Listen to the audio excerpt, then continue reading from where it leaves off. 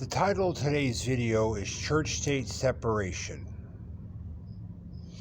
Now, we've always been taught that there's this supposed wall of separation between the church and the government, okay? Now, over the July 4th weekend, I heard several pastors from Pastor Jeffers of Pathway to Victory and Adrian Rogers, who now departed, speak on this issue. But Pastor Jeffers went into great detail in his July 4th message on how at first the U.S. Supreme Court didn't find a church-state separation, but for reasons that are unknown to us, at that time, they started changing their opinions.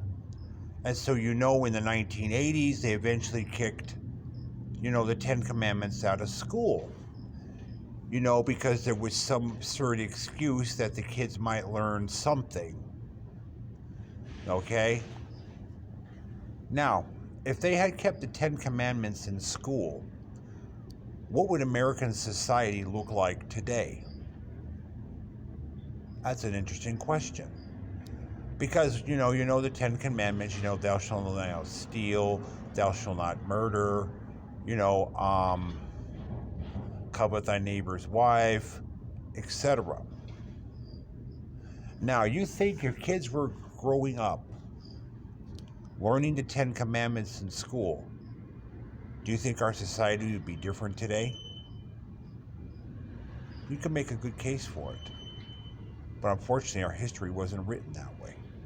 So let's get down to the church-state separation issue. Now, as you know, anytime the Catholic and Protestant right are in position of political power, those on the left will scream church-state separation. Now, when it comes to Joe Biden,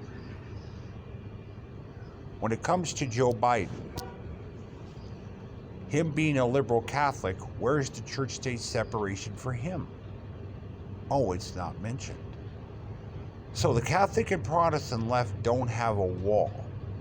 So they can impose their religious beliefs on America at will, and those who believe in it will never sue their own party.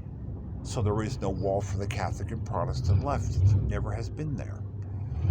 So those sue the Catholic and Protestant right, the atheist Democrats, for the very thing that they allow the Catholic and Protestant left to do. So it's distraction politics. Oh, we'll sue the Catholic and Protestant right claiming church-state separation, focus on them, but don't look at the Catholic and Protestant left. Just ignore what they're doing, so they'll allow it. So there's no wall for them. Now, we also know that Muhammad, the founder of Islam, does not believe in church-state separation. So there's no wall for Islam. Now, let's look at the U.S. military years ago. You had a sheik and a black conservative Christian woman in the Marine Corps. So the Army allowed this sheik to wear his turban. But yet nobody screamed church-state separation, and he wasn't told that he had to take it off.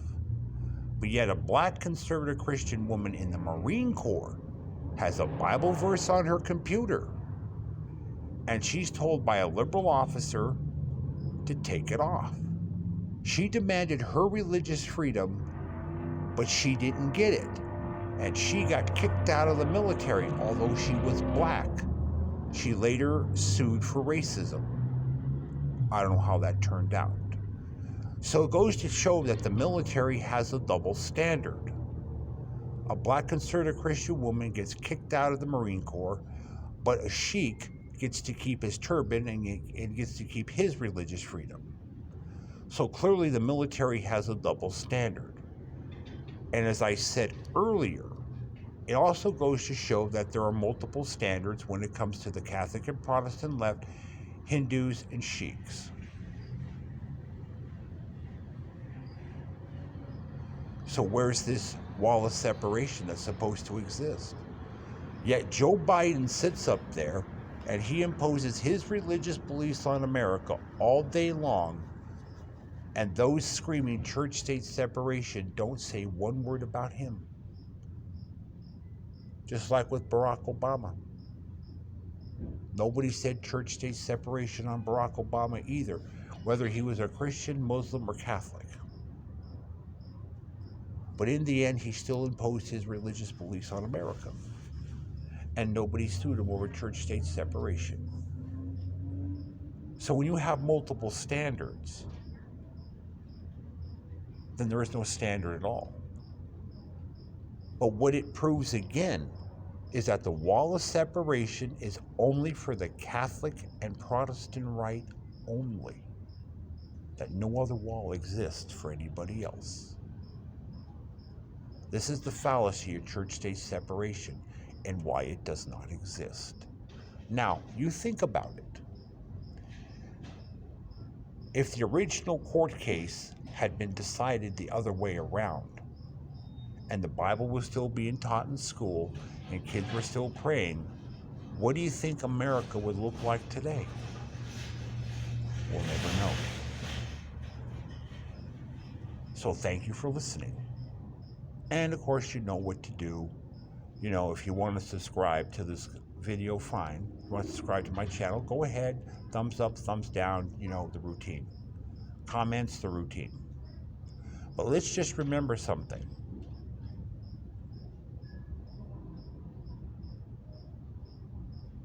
If the Bible had not been kicked out of school, and I will re-emphasize it, what would American society look like today? We'll never know, will we? Thank you. And as Undune would say, enjoy. Thank you.